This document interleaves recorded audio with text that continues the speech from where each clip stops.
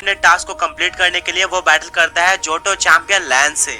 जहां पर लैंस के 4 पोकेमोन हार चुके थे, वहीं पर ऐश के सिर्फ 3 पोकेमोन हारे थे। अब आगे क्या होगा जानने के लिए एपिसोड को एंड तक जरूर देखें।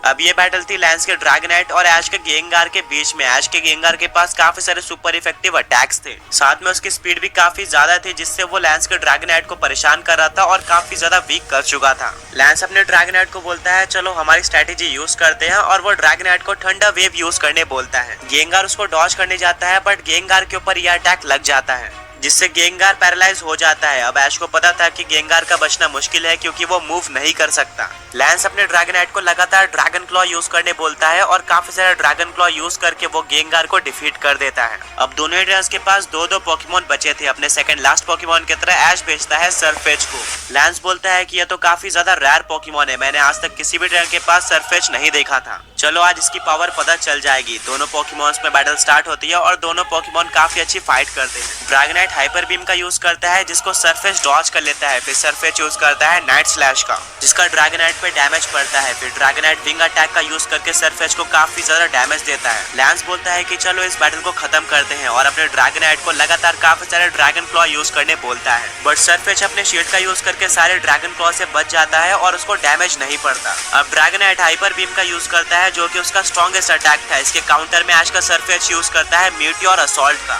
दोनों अटैक टकरा जाते हैं और काफी बड़ा धमाका होता है। अब किसी को भी नहीं पता था कि कौन सा पोकेमोन हारा है, बट तभी ऐश एक स्माइल देता है और सारा धुआं हट जाता है। देखने को मिलता है कि ड्रैगनाइट हार चुका है, बट सरफेज अभी भी बिना कोई डैमेज लिए खड़ा है। ऐश बताता है कि मेरे सरफेज को एक काफी स्पेशल अटैक आता है, जो कि है डिटेक्ट। इस अटैक का यूज करके सरफेज किसी भी अटैक को डॉज कर सकता है। लैंस ऐश के स्ट्रेटेजी से काफी शॉक होता है, बट अब वो बोलता है कि मेरे लास्ट पोकेमोन से तुम नहीं बच सकते, और भेजता है शाइनी गैराडोस को, जिसको वो मेगा रिंग का यूज करके मेगा इवॉल्व कर देता है मेगा शाइनी गैराडोस में। मेगा इवॉल्व होते ही गैराडोस हाइपर बीम का यूज कर देता है, जो कि काफी ज्यादा स्ट्रॉन्ग था, और एक ही अटैक से सरफेज हार जाता है। सरफेज को डॉज करने का टाइम भी नहीं मिलता है। ऐश ये देखकर शॉक हो जाता है, बट अब उसके पास एक ही पोकेमोन बचा था जो कि उसको ये बैटल जिता सकता था। ऐश अपने लास्ट पोकेबॉल को निकालता है। किसी को भी नहीं पता था कि वो कौन सा पोकेमोन है। ऐश बोलता है कि मुझे तुम पर पूरा भरोसा है, और भेजता है अपने पिजियॉट को। ऐश भी अपने मेगा रिंग का यूज करके पिजियॉट को मेगा इवॉल्व कर देता है। अब ये बैटल थी 2 मेगा इवॉल्व पोकेमोन में। ऐश बोलता है कि ये तुम्हारी इवॉल्व होने के बाद सबसे पहली बैटल है, मुझे पूरा भरोसा है कि तुम इस बैटल को जीत कर यूज कर रहा था। वहीं पर पिजियॉट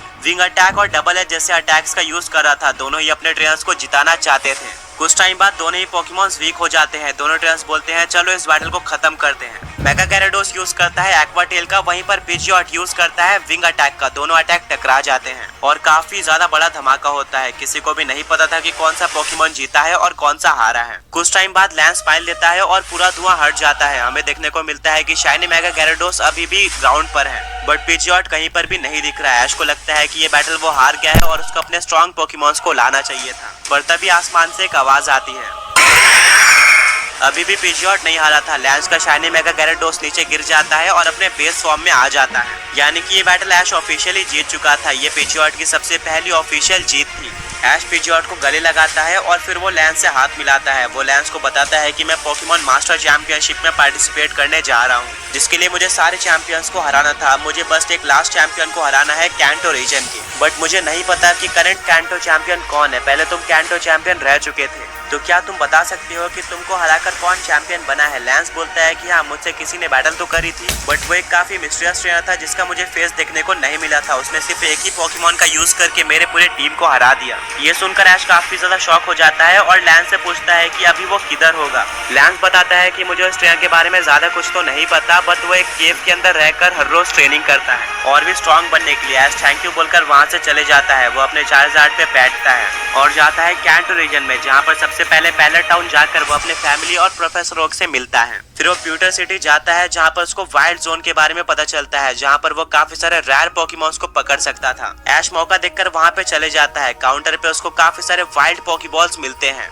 ऐश को बताया जाता है कि अगर तुम कम से कम 5 पोकेमॉन्स पकड़ते हो तब ये सारे पोकेमॉन तुम लेकर जा सकते हो, वरना तुम्हें ये सारे पोकेमॉन रिलीज करने पड़ेंगे। ऐश वाइल्ड जोन के अंदर चले जाता है, जहाँ पर उसको काफी स्ट्रॉन्ग फुली इवॉल्व पोकेमॉन्स देखने को मिलते हैं, जो कि कभी भी वाइल्ड में अपीयर नहीं होते। ऐश को एक इलेक्ट्रीवायर देखने को मिलता है। वो अपने पिकाचू का यूज करके इलेक्ट्रीवायर को डिफीट करके उसको कैच कर लेता है। वो आगे बढ़ता है तो उसको एक जायंट स्लेकिंग देखने को मिलता है जो कि नॉर्मल स्लेकिंग से काफी ज्यादा पावरफुल दिख रहा था। ऐश अपने गिबल को बाहर निकालता है और स्लेकिंग से बैटल करता है, बट स्लेकिंग सो रहा था। ऐश अपने गिबल को ड्रैको मीटियोर यूज करने बोलता है जो कि स्लेकिंग पर लग जाता है और स्लेकिंग उठ जाता है। स्लेकिंग अब काफी ज्यादा गुस्सा हो चुका था। स्लेकिंग हैमर आर्म अटैक का यूज करता है जिससे गिबल पे काफी ज्यादा डैमेज पड़ता है। फिर वो मेगा किक का यूज करके गिबल को काफी वीक कर देता है। गिबल ऑलमोस्ट हारने वाला था। ऐश गिबल को वापस बुलाने की कोशिश करता है पर गिबल वापस नहीं आता। स्लेकिंग स्क्रैच अटैक का यूज करने ही वाला होता है पर तभी गिबल ग्लो करने लगता है और इवॉल्व हो जाता है गैबाइट में, जिसको देखकर ऐश काफी ज्यादा एक्साइटेड हो जाता है, बट स्लेकिंग और भी ज्यादा गुस्सा हो जाता है। स्लेकिंग मेगा किक का यूज करता है पर ऐश अपने गैबाइट को डिग अटैक का यूज करने बोल देता है जिससे वो जमीन के अंदर चले जाता है। फिर वो स्लेकिंग के पीछे से निकलकर ड्रैगन पल्स अटैक का यूज करता है जिससे स्लेकिंग काफी ज्यादा वीक हो जाता है। ऐश बोलता है कि रॉक स्मैश अटैक का यूज करो, ये सुपर इफेक्टिव था स्लेकिंग पे, जिससे स्लेकिंग हार जाता है।